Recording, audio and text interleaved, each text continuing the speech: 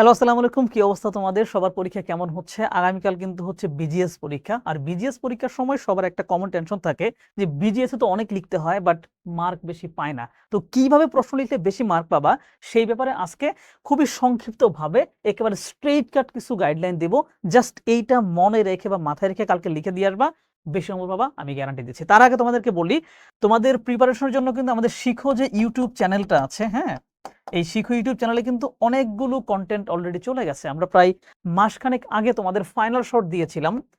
যারা যারা হচ্ছে সারা বছর বিজিএস একদম পড়াশোনা করো নাই, তোমাদের জন্য একটা ফাইনাল শট ছিল যেখানে একটা ক্লাসের মধ্যেই আমরা প্রায় 7-8 ঘন্টার মতো সময় নিয়ে সবগুলো চ্যাপ্টার ধরে ধরে কভার করে দিয়েছি।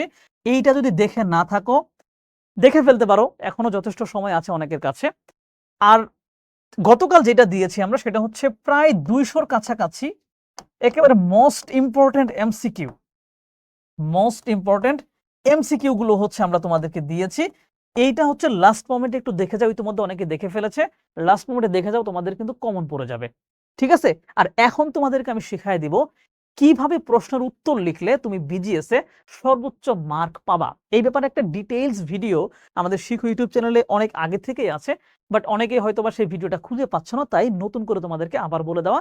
খুবই কনসাইজ, একেবারে ছোট্ট করে আমি আলোচনা করব। প্রথমেই আমাদেরকে দেখতে হবে যে আমরা বিজিএস এ যখন উত্তর করতে যাব আমাদের খাতাটা কিভাবে সাজাবো। এইটা হচ্ছে সব পরীক্ষার জন্য একই কথা। খাতা সাজানোর প্রাথমিক টেকনিক হচ্ছে কি, এটা হচ্ছে আমাদের খাতা। আমরা এদিক থেকে 1 ইঞ্চি পরিমাণ বাদ দিয়ে দিই, এদিক থেকে 1 ইঞ্চি বাদ দিয়ে দিই। এইটা হচ্ছে তুমি পেন্সিল ধরেও টানতে পারো, বা পেন্সিল যদি না ধরতে চাও, যদি সময় বেশি চলে যায়, তুমি ভাঁজ করেও নিতে পারো। বাট খেয়াল রাখবা যে এই দিকের ভিতরে যাতে কোনো তোমার লেখা না থাকে, এদিকে যাতে কোনো লেখা তোমার না যায়। এই মাঝখানের টুকুতে তোমাকে লিখতে হবে। এবং কিভাবে লিখতে হবে, প্রথমত তুমি হচ্ছে যখন প্রশ্নটা হাতে পাবা, প্রশ্ন হাতে পেয়ে তুমি দেখবা যে কোন প্রশ্নগুলো তুমি সহজেই সবার আগে উত্তর করতে পারতেছো। এবং এই জায়গায় তোমার বিজিএস এর ক্ষেত্রে একটা জিনিস মাথায় রাখতে হবে। কি মাথায় রাখতে হবে? তুমি দেখবা যে তৃতীয় অধ্যায়ের প্রশ্ন যেটা আসছে, তৃতীয় অধ্যায় থেকে, তারপর হচ্ছে ষষ্ঠ অধ্যায় থেকে, আর দশম এবং 11তম, দেখবা এই 4টা অধ্যায় থেকে যে প্রশ্নগুলো এসেছে সেই প্রশ্নগুলোর উত্তর তুমি পারো কিনা। যদি পারো, চেষ্টা করবা এই 4টা অধ্যায়ের উত্তরগুলো সবার আগে দিতে। কারণ এই 4টা অধ্যায়ের উত্তরে ফুল মার্কস পাওয়া যায়। বিজিএস এ আমি জানি যে ফুল মার্কস পড়ানো খুবই কঠিন, মানে সহজে ফুল মার্কস উঠে না।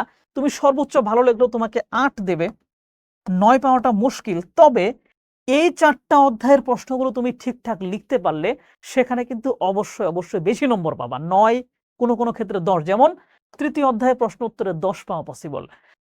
দশম অধ্যায়, 11তম অধ্যায় থেকেও কিন্তু 10 পাওয়া পসিবল। সো তুমি প্রশ্ন দেখে সিলেক্ট করবা তুমি কোনটা অ্যান্সার করতেছো। তুমি যেটা অ্যান্সার করবা সেটা অ্যান্সার করবা কিভাবে, খাতাটা সাজাবা কিভাবে। ঠিক এরকম একটা পেজের ভিতরে তুমি এখানে লিখবা, ধরো তুমি 3 নম্বর প্রশ্ন দিয়ে সবার আগে শুরু করতেছো, তুমি এখানে লিখবা 3 নং প্রশ্নের উত্তর, লিখে একটা দাগ দিবা। এই একটা দাগ দিবা। এখানে তুমি চাইলে নীল কালি ব্যবহার করতে পারো, যে 1-3 নং প্রশ্নের উত্তর একটা দাগ। বাট নীল কালির বাইরে অন্য কোনো কালি তুমি ইউজ করো না। লাল তো প্রশ্নই ওঠে না, সবুজও করা যাবে না, কারণ সবুজ কালিরও কিন্তু কিছু নির্দিষ্ট ব্যক্তি আছে তারা শুধু ব্যবহার করে। তুমি কালো অথবা নীল কালি দিয়ে একটা মাত্র দাগ দিবা। এই দাগটা তুমি পেন্সিল দিয়েও দিতে পারো স্কেল ধরে, বাট সোজা করে একটা দাগ দিবা। এইটা হচ্ছে তোমার প্রথম সাজানো গেল। এরপরে ক নাম্বার কিভাবে লিখবা, এইখানে লিখবা ক নং উত্তর। আমি এই স্টাইলটা ফলো করতাম, ক নং উত্তর লিখতাম। শুধু ক নংও লিখতে পারো। ঠিক আছে? মনে করো ক নাম্বারে যে প্রশ্নটা এসেছে সেটা তুমি তারপরে এখান থেকে উত্তরটা করে দিলা। এরপরে ঠিক এইখানে যাবে খ নং উত্তর। এইভাবে দিলে হয় কি, টিচারের চোখের ভিতরে সহজেই ধরা পড়ে যে এখানে এই প্রশ্নের উত্তর আছে, এইখানে এই প্রশ্নের উত্তর আছে। এবং তারপর তুমি হচ্ছে এখান থেকে খ নম্বর প্রশ্নের উত্তরটা লিখে ফেলবা। এইভাবে গ নং উত্তর, ঘ নং উত্তর। তার মানে খাতা সাজাবো আমি কিভাবে, ঠিক এই প্যাটার্নে খাতা সাজাবো। দেখতেই কিন্তু মনে হইতেছে বাহ, এখানে 3 নম্বর প্রশ্ন দিছে, এখানে ক নাম্বার আছে, খ নাম্বার আছে, সুন্দর, ভালো লিখছে। তুমি এখান থেকে নম্বর কিন্তু পাওয়া যাবা। কিভাবে উত্তর লিখতে হবে একটু পরে বলতেছি। প্রথমে আমি তোমাকে খাতা সাজানোটা দেখালাম। দ্বিতীয়ত, কত পৃষ্ঠা উত্তর করলে সবচাইতে ভালো। আমি বেস্ট সিনারিওটা বলতেছি, তুমি সব সময় ট্রাই করবা এই বেস্ট সিনারিওটা মেনটেন করে। দেখো কয়টা পেজ আছে, 1 নম্বর, 2 নম্বর, 3 নম্বর, 4 নম্বর, 5 নম্বর। তুমি 5 পৃষ্ঠা লেখা ট্রাই করবা। কিভাবে 5 পৃষ্ঠা লিখবা, কোন পৃষ্ঠায় কতটুকু লিখবা? 1 নম্বর পৃষ্ঠায় ক এবং খ, এই দুটা যাবে 1 নম্বর পৃষ্ঠায়। 2 নম্বর পৃষ্ঠা যাবে হচ্ছে গ নং উত্তর। গ নং উত্তর এখান থেকে শুরু হবে, এইটা সম্পূর্ণ ভরে যাবে। গ নং উত্তর এই পাশেও চলে আসবে, এই পাশে চলে কমপক্ষে উপরে 4 থেকে 5 লাইন লিখতে হবে। গ নং উত্তর এটুকু ভরে গেল। এরপরে এখানে যে জায়গাটুকু থাকলো, এই জায়গাটুকুর ভিতরে কোনোভাবেই ঘ নম্বর উত্তর করা যাবে না। ঘ নম্বর শুরু করতে হবে নতুন করে, নতুন পেজে, ঘ নং উত্তর। এরপরে হচ্ছে ঘ নং উত্তরে এই জিনিসটা ভরে যাবে, এই পেজটা ভরে যাবে। এই পেজের কমপক্ষে অর্ধেকের 1 লাইন হইলেও তোমাকে বেশি লিখতে হবে। এইটা হচ্ছে বেস্ট কেস সিনারিও। এটা কি বেস্ট কেস সিনারিও, যে তুমি ঠিকঠাক ভাবে 5 পৃষ্ঠা লিখতে পারতো। যদি 5 পৃষ্ঠা লিখতে পারো তুমি মার্ক অনেক বেশি পাবা। এখন কারো কারো লেখা অনেক স্লো হতে পারে, সেক্ষেত্রে কেউ হয়তো বা 4.5 পৃষ্ঠা পর্যন্ত যেতে পারে। মানে 4 পৃষ্ঠার কেউ কেউ 4.5 না গিয়ে যদি 5 পৃষ্ঠা না গিয়ে 4 পৃষ্ঠা পর্যন্ত লিখে, তাহলে কি হবে, গ নম্বরটা এইটুকু শেষ হয়ে এইখানে হয়তো বা 2 লাইন পর্যন্ত আসবে। 2 লাইন আসার পরে বেশি জায়গা ফাঁকা থাকলে তখন তুমি এখানে ঘ শুরু করে এই পাশ পর্যন্ত তুমি ঘতে শেষ করে দিবা। বাট চেষ্টা করবে, দেখো এখানে 5টা পৃষ্ঠা ইউজ করা মানে কিন্তু 5টা পৃষ্ঠা ফুললি লেখা না, এখানে তোমার অর্ধেক বাকি আছে, এখানেও কিন্তু একটু বাকি আছে। আলটিমেটলি তুমি কিন্তু 4 পৃষ্ঠায় লিখছো, কিন্তু তুমি পেজ ইউজ করবা হচ্ছে 5টা। কি বলেছি, লিখেছো তুমি 4 পৃষ্ঠা, বাট পেজ ইউজ করতে হবে 5টা। কিভাবে? এইভাবে। অনেকে বলতে পারো যে বাদ রাখলে কি কিছু বলবে কিনা, কিচ্ছু বলবে না। এইটাই স্ট্র্যাটেজি, এইটা ফলো করো, এইটা ফলো করো, তুমি বেশি নম্বর পাবো, আমি গ্যারান্টি। এবং এইটা তোমাকে করতে হবে। এখন কথা হচ্ছে তুমি পৃষ্ঠা ভরবা কিভাবে? 1 পৃষ্ঠায় তুমি কত লাইন লিখবা? সর্বোচ্চ 13 লাইন, সর্বোচ্চ 13 লাইন 1 পেজে, সর্বোচ্চ 13 লাইন। তোমার লেখা একটু বড় হলে হয়তো তুমি 12 লাইন লিখতে পারো, বাট তুমি যদি লেখা ছোট ছোট করো, তুমি কোনোভাবেই 14-15-র বেশি উঠা যাবে না। এইটার বেশি যাওয়া মানে কিন্তু ঘিঞ্জি লাগবে। তুমি সর্বোচ্চ 13 লাইন লিখবা। 13 লাইন করে লিখে তোমার কিন্তু এই 5টা পৃষ্ঠা ভরা কোনো ব্যাপারই না। তাহলে আমি বেশি কথা বলতেছি না, প্রথমত খাতা সাজাবো এইভাবে, এবং প্রত্যেকটা প্রশ্ন লিখবো আমি 5 পৃষ্ঠা কাভার করে। কিভাবে? গ নম্বর লিখবো 1 পৃষ্ঠা, আরেক পৃষ্ঠার এই যে এইটুকু, ঘ নম্বর লিখবো এইটা ফুল, আরেকটার অর্ধেক। এইভাবে 5 পৃষ্ঠা আমাকে লিখতে হবে। ওকে, এখন আমাদের মূল আলোচনা, যে একটা প্রশ্ন কিভাবে লিখবো। ক নম্বর কিভাবে লিখবো, খ নম্বর কিভাবে লিখবো, গ কিভাবে লিখবো, ঘ কিভাবে লিখবো। একটু ভালো করে মনোযোগ দাও। কন্টেন্ট তো অনেক পড়েছো সারা বছর, তোমাদের মাথায় কিন্তু কন্টেন্ট ঘুরতেছে, বিভিন্ন প্রশ্ন মাথার ভিতরে ঘুরতেছে, রাইট? সো প্রশ্ন মাথার ভিতরে যেহেতু ঘুরতেছে, এখন শুধু আমি মূল কথাটা বলে দিব যে ক নম্বরে তুমি কি লিখবা। ক নম্বরের সবসময় চেষ্টা করবা এক কথায় উত্তর দিয়ে দিতে। ধরো তো প্রশ্ন করলো যে এইরকম, যে বাংলাদেশ কবে স্বাধীন হয়েছে, বা বাংলাদেশ কবে বিজয় অর্জন করছে। তুমি কিন্তু চাইলে ভাবে লিখতে পারো যে বাংলাদেশ 1971 সালের 16 ডিসেম্বর বিজয় অর্জন করেছে। 2 লাইন তুমি লিখতে পারো, দরকার নাই 2 লাইন লিখে তোমাকে 1 নম্বরই দিবে। তুমি ডিরেক্টলি লিখবা 1971 সালের 16 ডিসেম্বর, শেষ। এইটুকু লিখলেও তোমাকে 1 নম্বরই দিবে।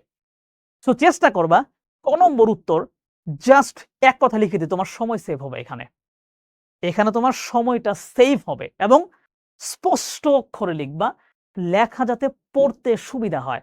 সুন্দর হাতের লেখা মানে ডিজাইন করা হাতের লেখা না। সুন্দর হাতের লেখা মানে যেইটা সহজেই পড়ে ফেলা যাবে, সেই হাতের লেখা। এইটা একটু অফকোর্স মাথায় লাগবা।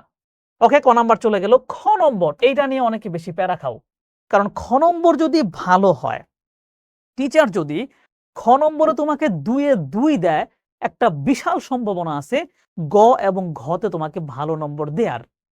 তাহলে খ নম্বর কিভাবে লিখতে হবে? খ নম্বরে 2 টাইপের প্রশ্ন আসে। খ নম্বরে কি আসে? 2 টাইপের প্রশ্ন আসে। এক টাইপের প্রশ্নের সরাসরি উত্তর দেয়া যায় ক নম্বরের মতো। ঠিক আছে? মনে করো যে একটা প্রশ্ন আসলো যে এই প্রশ্নটা যদি খ নম্বরে আসে যে বাংলাদেশ কবে বিজয় অর্জন করেছে, এইটাই যদি ব্যাখ্যা করো, বিজয় অর্জন করেছে ব্যাখ্যা করো। যদি এরকম প্রশ্ন আসে তাহলে আমি কিন্তু প্রথম লাইনে মূল উত্তরটা লিখতে পারতেছি। প্রথম লাইনে মূল উত্তরটা আমি লিখতে পারতেছি যে বাংলাদেশ 1971 সালের 16 ডিসেম্বরে বিজয় লাভ করে। প্রথম লাইনে মূল উত্তর শেষ। এবার কিন্তু আমি ব্যাখ্যায় চলে যাব যে পাকিস্তানের সাথে দীর্ঘ 9 মাসের লড়াই শেষে আমরা লাস্টের দিকে গিয়ে বিজয় অর্জন করি এবং এই বিজয় অর্জনের সময় বাংলাদেশ একা একা যুদ্ধ করে নাই, ভারতের সাথে একটা যৌথ বাহিনী গঠন করেছিল এবং এই যৌথ বাহিনীর আক্রমণে পাকিস্তান ধীরে ধীরে পরাজিত হয় এবং সর্বশেষ আমরা 1971 সালে 16 ডিসেম্বর বিজয় লাভ করি। সেদিন সোহরাওয়ার্দী উদ্যানে পাকিস্তান 93,000 সৈন্য নিয়ে আত্মসমর্পণ করে। দেখো আমি কিন্তু উদাহরণ দিলাম যে আমি এমন এমন প্রশ্ন তোমার খ নম্বরে আছে, আমি এখন ডিটেইলসে যাচ্ছি না, তুমি খ নম্বর প্রশ্ন ইতিমধ্যে পড়েছো, তুমি জানো এমন এমন খ নম্বর প্রশ্ন আছে যেটা তুমি চাইলে এক কথাতে উত্তর দিতে পারো। সো এই টাইপের প্রশ্ন যখন আসবে তুমি প্রথমে কি করবা, প্রথম লাইনেই মূল উত্তরটা লিখে দিবা। প্রথম লাইনেই মূল উত্তরটা লিখে দিবা। এরপরে এই প্রশ্নের নম্বর যেহেতু 2, সো এক উত্তর লিখলেই হবে না, তখন তুমি কি করবা, পরের 3 থেকে 4টা লাইনে ওই জিনিসটার একটা ব্যাখ্যা দিয়ে দিবা। ঠিক আছে? আবার কখনো কখনো এমন প্রশ্ন আসে যে ব্যাখ্যামূলক প্রশ্ন, যে ওই প্রশ্নে বলাই থাকে যে এইটা ব্যাখ্যা করো। তখন তুমি কি যদি বলে যে বাংলাদেশের নির্বাচন পদ্ধতি ব্যাখ্যা করো, যদি এই প্রশ্ন আসে, আমি উদাহরণ দিচ্ছি জাস্ট, তুমি কি তাহলে এক লাইনে বলতে পারতেছো? বলতে পারতেছো না। যদি তোমাকে প্রশ্ন বলে গণতন্ত্র কাকে বলে ব্যাখ্যা করো, তখন তুমি কিন্তু প্রথম লাইনে গণতন্ত্রের ব্যাখ্যা সংজ্ঞা দিতে পারবা, এরপরে হচ্ছে বাকিটা করতে পারবা। ঠিক আছে? সো এরকম যখন ব্যাখ্যামূলক প্রশ্ন আসবে তখন আমাকে চেষ্টা করতে হবে 4 থেকে 6 লাইনের ভিতরেই ব্যাখ্যাটা প্রদান করে দেয়া। যেটা জানতে চাইছে সেটাই ব্যাখ্যা দিব। মাথায় রাখতে হবে যে এই ব্যাখ্যামূলক প্রশ্নের প্রথম লাইনে এমন কোনো তথ্য দেওয়া যেটা একটা জ্ঞানমূলক বিষয়। মনে করো যে বললাম যে বাংলাদেশের নির্বাচন ব্যবস্থা ব্যাখ্যা করো, তুমি প্রথম লাইনে বলে দিবা যে বাংলাদেশে মূলত প্রতিনিধিত্বমূলক গণতন্ত্র রয়েছে। এটা একটা জ্ঞানমূলক লাইন এবং এই প্রতিনিধিত্বমূলক গণতন্ত্রের জন্য দরকার নির্বাচন এবং বাংলাদেশের নির্বাচনের ব্যবস্থা হচ্ছে এই। প্রথমে একটা লাইন বললাম যে এটা খুবই গুরুত্বপূর্ণ, এইভাবে তুমি ব্যাখ্যা সাজাবা। বুঝতে পারছো? দেখো যারা যারা হচ্ছে কথাগুলো বুঝতেছো না, একটু কষ্ট হচ্ছে, আমি কমেন্টে আমার সেই ফুল ভিডিও লিঙ্কটা দিব। ওই ভিডিওতে আরো ডিটেইলসে বলছি যে প্রশ্ন কিভাবে, ওইখানে প্রশ্ন লিখে লিখে আমি দেখাইছি। ঠিক আছে? আজকে যেহেতু সময় কম, তোমাদের কালকে পরীক্ষা, সো এখানে যারা যারা বুঝতে একটু কষ্ট হচ্ছে কমেন্টের ওই ভিডিওটা থেকে ডিটেইলসে দেখে নাও, ডিটেইলসে দেখে নাও। বাট এখানে যারা বুঝতেছো মাথায় রাখো এটা। তাহলে খ নম্বরের জন্য আমাকে লিখতে হবে সর্বোচ্চ 4 থেকে 6 লাইন এবং কি করব, চেষ্টা করব যদি সম্ভব হয় প্রথম লাইনেই মূল উত্তরটা দিয়ে দেওয়ার, তাহলে আমার 1 নম্বর কনফার্ম হয়ে যাবে এবং তারপরে 3-4 লাইনের একটা ওই বিষয়ের ব্যাখ্যা আমি দেব। আর যদি সম্পূর্ণ ব্যাখ্যামূলক থাকে তাহলে 4 থেকে 6 লাইনের ব্যাখ্যা দিব। চেষ্টা করব জ্ঞানমূলক তথ্য সেই প্রশ্ন উত্তরে রাখার জন্য। ঠিক আছে? ওকে। আর এই ক নম্বর একটা কথা ভুলে গেছিলাম যে শুধুমাত্র এটা লিখে দিছি, কোন কোন সংজ্ঞা আসে, সংজ্ঞা আসলেও মূল সংজ্ঞাটা লিখে দিবা। মূল কথা কোন কোন সাল উল্লেখ করে শুধু সালটা লিখে দিবা। ওকে, আমাদের ক আর খ চলে গেছে। ক আর খ চলেছে, আমি কিন্তু একটা প্রশ্ন আছে ওই প্রশ্ন দিয়েও কিন্তু দেখাবো, উদাহরণ দিয়ে তোমাদের দেখাবো, সো টেনশন করো না। গ নম্বর সবচাইতে ঝামেলা, যে এইটা থেকে 3 নম্বর আমাদের পাওয়ার জন্য আমাদের 2 থেকে 3টি প্যারায় উত্তর করতে হবে। কোন কোন প্রশ্নে 3টি প্যারা করা যায়, কোন কোন প্রশ্নে 3টি প্যারা করা যায় না। কোন কোন প্রশ্নে বলা থাকে যে উদ্দীপকে কোন কোন গুণের কথা উঠে এসেছে বা উদ্দীপকে অমুকের গুণাবলীগুলো ব্যাখ্যা করো। তো গুণাবলী ব্যাখ্যা করতে গেলে তুমি একাধিক স্টেপ কেমনে করবা, তখন তুমি 5-7টা গুণাবলী লিখে দিতে পারবা, সেক্ষেত্রে 2টা স্টেপ হবে। বাট স্টেপগুলো কিভাবে বানাবা একটু মাথায় রাখো। গ নম্বরে কি থাকে, যে উদ্দীপকে যেটা ইঙ্গিত করা হয়েছে সেটা আসলে কি বা সেটা ব্যাখ্যা করো। এই প্রশ্ন তো বেশি আসে। তার মানে প্রথম লাইনে আমাকে উত্তর করতে হবে যে উদ্দীপকে কি ইঙ্গিত করা হয়েছে, সেটা উত্তর দিব আমি, যে মূল উত্তরটা প্রথম লাইনে দিয়ে দিব। এটা আমার 1 নাম্বার প্যারা। তারপর একটু গ্যাপ দিব, গিয়ে দ্বিতীয় প্যারায় কি লিখবো, প্রশ্ন করছে কি সম্পর্কে। মনে করো উদ্দীপকে হচ্ছে যেই ব্যাপারটা আলোচনা করেছে, মনে করো পুঁজিবাদী অর্থনীতি। তার মানে আমি প্রথম লাইনে বলে দিলাম যে উদ্দীপকের অমুক দেশ মূলত পুঁজিবাদী অর্থনীতিকে নির্দেশ করে। এখন আমার এই 2 নাম্বার প্যারায় আলোচনা আসবে ওই পুঁজিবাদী অর্থনীতির একটা সংজ্ঞা আসবে আমার, যে পুঁজিবাদী অর্থনীতি এই। এখন গ নাম্বারে বলছে যে উদ্দীপকে যেটা নির্দেশ করছে ওটার বৈশিষ্ট্যগুলো ব্যাখ্যা করো। তাহলে ব্যাখ্যা বৈশিষ্ট্যগুলো যাবে আমার 3 নাম্বার পয়েন্টে বা 3 নাম্বার প্যারায়। বাট 2 নাম্বার প্যারায় কি দিব, পুঁজিবাদী অর্থনীতির একটা সংজ্ঞা দিয়ে দিব। আমি এটাই বলছি যে যেই বিষয়ে প্রশ্ন করেছে সেই বিষয়ের সংজ্ঞা অথবা সেই বিষয় সম্পর্কিত কিছু সাধারণ আলোচনা দিয়ে দেব। এটা আমার দ্বিতীয় প্যারাটা হয়ে গেল। 3 নাম্বার প্যারা কি করব, এই যে যা জানতে চাইছে, কি জানতে চাইছে, পুঁজিবাদী অর্থনীতি, এইটার সম্পর্কে উদ্দীপক এবং বই সেটা মিলায়া বড় করে ব্যাখ্যা। বৈশিষ্ট্য জানতে চাইলে পুরোপুরি বৈশিষ্ট্য, অন্য কিছু জানতে চাইলে সেটা অন্য আলোচনা। তাহলে আমার 3টা স্টেপ হয়ে যাবে। 3টা স্টেপ হয়ে গেলেই আমি এখান থেকে 3 নম্বর পাওয়ার পসিবিলিটি আছে। এবং চেষ্টা করতে হবে যে প্রত্যেকটা স্টেপই একটু একটু বড় বড় করে, যাতে আমি 1.5 পৃষ্ঠার কাছাকাছি যাইতে পারি। এটা গেল হচ্ছে গ নাম্বার। ঘ নাম্বার কেমনে অ্যান্সার করব, এখানে 3 থেকে 4টা প্রায় উত্তর করতে হবে, কারণ এখানে 4 নম্বর আছে। তো 4-এ 4 সহজে পাওয়া যায় না, 4-এ 4 পাইতে হলে বহুত কাঠখড় পুরাইতে হয়। 4-এর ভিতরে 3 আমাদের পাইতেই হবে, 3 পাইতেই হবে। এজন্য কমপক্ষে 3টা প্যারা আমাকে লিখতেই হবে। সুযোগ পাইলে 4টাও লিখে দেব। 4টা প্যারা কি কি হবে, প্রথম প্যারা খুব সহজ। ঘ নম্বরে কি বলে, তুমি কি এর সাথে একমত, ব্যাখ্যা করো। এইটা করলেই এইটা হয়, ব্যাখ্যা করো। তুমি কি এটার পক্ষে, তুমি কি যৌক্তিক মনে করো, এগুলোই তো বলে আলটিমেটলি। সো প্রথম উত্তর হচ্ছে হ্যাঁ আমি যৌক্তিক মনে করি, হ্যাঁ আমি একমত, হ্যাঁ এটা করলে এটা হবে।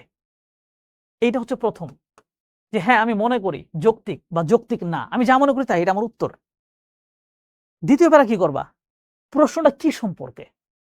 যদি প্রশ্নটা হয় নির্বাচন সম্পর্কে, যদি প্রশ্নটা হয় হচ্ছে গণতন্ত্র সম্পর্কে, যদি প্রশ্নটা হয় হচ্ছে সমাজতান্ত্রিক অর্থনীতি সম্পর্কে, তাহলে ওই সম্পর্কিত সংজ্ঞা অথবা ওই সম্পর্কিত কয়েকটা লাইন আমাকে লিখতে হবে। কয় লাইন লিখবো, 3 থেকে 4 লাইন বা 5 লাইন লিখবো। এটা হচ্ছে আমার দ্বিতীয় প্যারায় যাবে। 3 নাম্বার প্যারায় কি লিখবো, এবার দেখতে হবে যে উদ্দীপকে কি আলোচনা ছিল, এবং ওই যে উদ্দীপকের যে উক্তিটা বলে দিয়েছে, ওই উক্তির ভিতরে কোন বিষয় নিয়ে উক্তিটা ছিল। সেটা কি গণতন্ত্র নিয়ে, সমাজতন্ত্র নিয়ে? যদি সমাজতন্ত্র নিয়ে হয় তাহলে উদ্দীপকের সাথে মিলিয়ে, আমার বইয়ের সাথে মিলায়ে কিছু আলোচনা আমার সেখানে থাকবে, যে উদ্দীপকে এটা এটা বলছে, আসলে বইয়েও এরকম এরকম আছে। এইটাও 4-5 লাইনের একটা প্যারা হয়ে যাবে। এরপর লাস্ট প্যারা, হ্যাঁ যৌক্তিক, হ্যাঁ আমি এটা মনে করি, আমি এর সাথে একমত, কেন একমত, এবার আমার যুক্তিগুলো তুলে ধরতে হবে। এইটা তুমি ডিটেইলসে বড় করে তুলে দিতে পারবা। এইভাবে হচ্ছে আমি 4টা প্যারা লিখবো, বিস্তারিত লিখবো।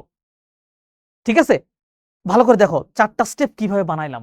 প্রয়োজনে স্ক্রিনশট নিয়ে রাখো, স্ক্রিনশট নিয়ে এইভাবে হচ্ছে তুমি প্যারা বানানোর চেষ্টা করবা। একটা উদাহরণ আছে, আমরা দেখি, তাহলে উদাহরণ থেকে আরো ক্লিয়ারলি বুঝতে পারবো। ক নাম্বার তো বলার দরকার নেই, যা আছে তাই। খ নাম্বারটা দেখো, সুশাসনের অভাব দেশের শিল্প এবং সেবা খাতের অগ্রগতিতে কেন অন্তরায় হিসেবে কাজ করে। বলছে সুশাসনের অভাব দেশের শিল্প এবং সেবা খাতের অগ্রগতিতে কেন অন্তরায়। নিশ্চয় এখানে একটা গুরুত্বপূর্ণ কারণ আছে। প্রথম লাইনে গুরুত্বপূর্ণ কারণটা লিখবো যে সুশাসনের অভাব দেশের শিল্প এবং সেবা খাতের অন্তরায় হিসেবে কাজ করে, কারণ সুশাসন না থাকলে দেশে আইনের শাসন থাকে না, শৃঙ্খলা থাকে না। তার মানে এটা আমার ব্যাখ্যামূলক হয়ে গেছে, কিন্তু আমি এক লাইনে উত্তর দিতে পারতেছি না। সো এটা আমি 4-5 লাইনে একটা ব্যাখ্যা দিয়ে দেব। গ নম্বর, আমরা উদ্দীপকটা দেখি। জনাব আমজাদ সম্প্রতি এক্স নামক একটি দেশ নিয়ে একটি প্রবন্ধ লিখেন। দেশটির কৃষি হলো অপ্রধান খাত, দেশের মানুষের ব্যাংকে অর্থ জমা রাখার হার এবং বিনিয়োগের হার উচ্চ। জনাব আমজাদ তার নিবন্ধে ওয়াই নামক অন্য একটি দেশের সাথে তুলনা করে লিখেছেন, ওয়াই দেশের মানুষের জাতীয় উৎপাদনের একক বৃহত্তম খাত কৃষি। মানে একটা কৃষি নির্ভর উন্নয়নশীল আর একটা উন্নত দেশের কথা বলতেছে, শিল্প নির্ভর। দেশটি তাদের প্রাকৃতিক সম্পদ এবং জনগোষ্ঠীকে সম্পূর্ণরূপে ব্যবহার করতে পারে না। দেশটির বৈদেশিক বাণিজ্য অনুকূল নয়। মানে একটা অনুন্নত বা উন্নয়নশীল দেশ আর একটা উন্নত দেশ। গ নম্বরে কি বলছে দেখো, বলছে উদ্দীপক উল্লেখিত এক্স দেশটির উন্নয়নের মাত্রার ভিত্তিতে কোন ধরনের দেশ ব্যাখ্যা করো। তার মানে প্রথম লাইনে আমার উত্তর কি হবে, যে উন্নয়নের মাত্রা অনুযায়ী এটি উচ্চ আয়ের দেশ, এই যে বিনিয়োগের হার উচ্চ বা উন্নত দেশ। এবার দ্বিতীয় স্টেপে কি লিখবো আমি, এই উন্নত দেশ আসলে কি বা উচ্চ আয়ের দেশ আসলে কি, আমি সেইটা ব্যাখ্যা দিব প্রথমে। এরপর কি বলছে, এখানে ডিরেক্টলি ব্যাখ্যা করতে বলছে। তার মানে যখন ব্যাখ্যা করতে বলবে তখন প্রথমত দ্বিতীয় স্টেপে আমার সংজ্ঞা চলে আসছে, 3 নাম্বার স্টেজে গিয়ে আসবে যে এই দেশের যাবতীয় বৈশিষ্ট্য, একটা উন্নত দেশের বৈশিষ্ট্য কেমন হয়, সেখানে মানুষ কিভাবে থাকে, তাদের আয় কোত্থেকে আসে ইত্যাদিতে ডিটেইলস আমি লিখে দিব। আমার 3টা স্টেপও হলো, বিস্তারিত উত্তর হয়ে গেল।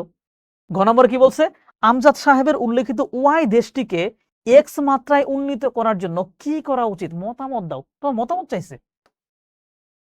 তার মানে এখানে মূল কথা কি, এক্স ওয়াই দেশকে এক্স এ নিতে হয়, মানে কি ওয়াই হচ্ছে একটা উন্নয়নশীল দেশ, উন্নয়নশীলকে উন্নত বানাইতে হবে। তো আমি প্রথম লাইনে লিখবো যে আমজাদ সাহেব মূলত একটা উন্নয়নশীল দেশকে উন্নত দেশে রূপান্তর করার জন্য কথা বলেছেন।